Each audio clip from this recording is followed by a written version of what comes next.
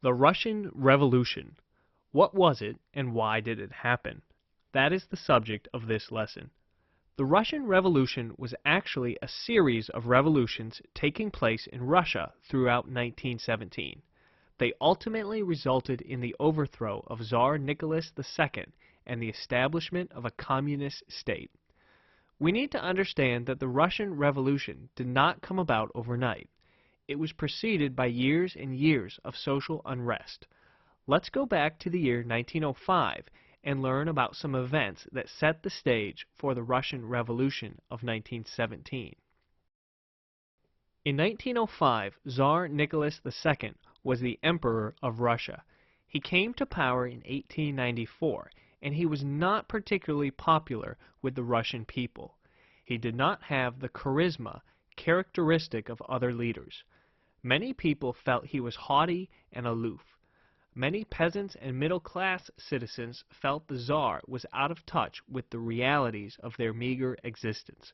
For these reasons, his political power was less than secure. Adding to the Tsar's unpopularity was the fact that Imperial Russia was losing the Russo-Japanese War. This, compounded with agricultural stagnation, class warfare, and general unrest, caused many Russians to become dissatisfied with their monarchist government. In early 1905, protests broke out in Petrograd, now St. Petersburg, and elsewhere.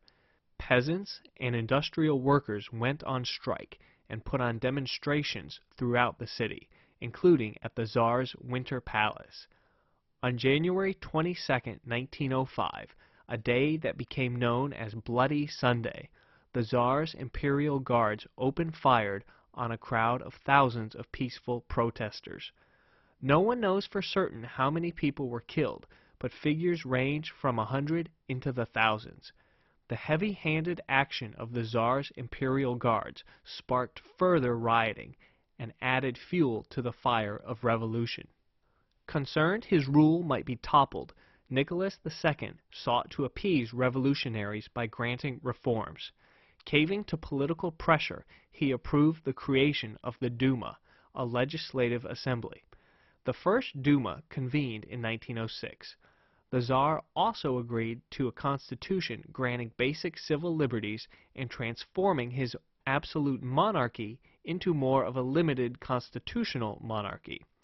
We need to remember, the Tsar absolutely did not want to institute these changes, but given the tide of resentment toward him, he basically had no choice. His hands were tied. At first it looked like Nicholas II had weathered the storm of revolution. Demonstrations winded down as his reforms were supported by the people. Then came World War I in 1914.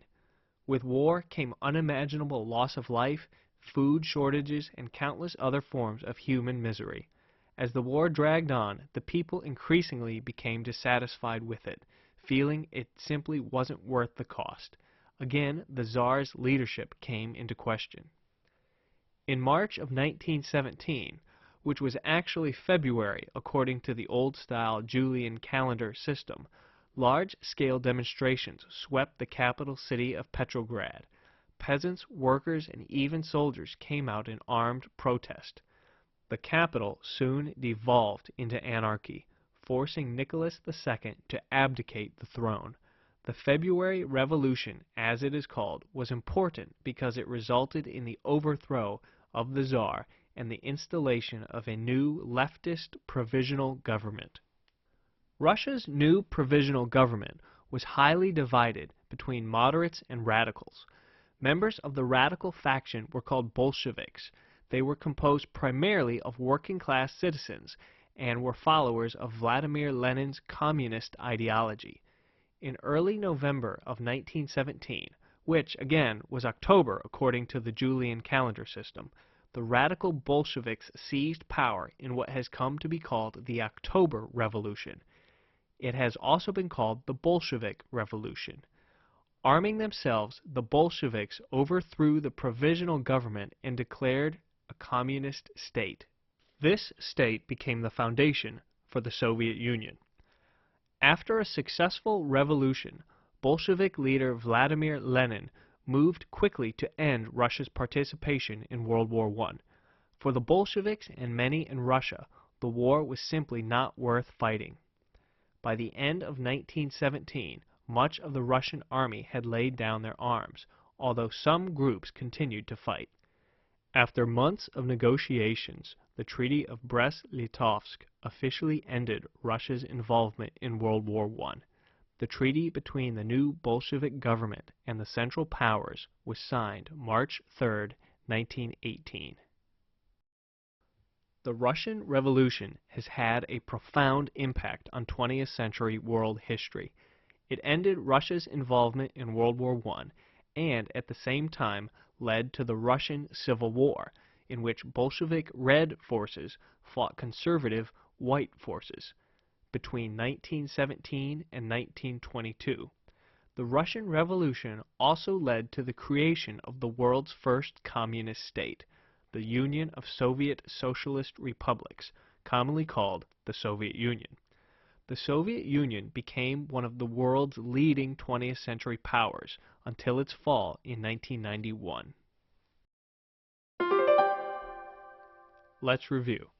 The Russian Revolution was actually a series of revolutions in 1917 that ultimately resulted in the overthrow of Tsar Nicholas II and the establishment of a communist government. During the Revolution of 1905, on Bloody Sunday, the Tsar's guards fired upon peaceful protesters, killing hundreds. Concerned his authority might topple, the Tsar conceded to reforms, including the establishment of the Duma, a legislative assembly. Things calmed down until early 1917, when the February Revolution resulted in the Tsar abdicating the throne and the installation of a leftist provisional government. Then, in October, the Bolsheviks, followers of Vladimir Lenin, overthrew the provisional government and established a communist state in what has been called the October Revolution. Shortly afterwards, Vladimir Lenin moved to end Russian involvement in World War I. On March 3, 1918, the Treaty of Brest-Litovsk was signed, formally ending Russia's participation in the war.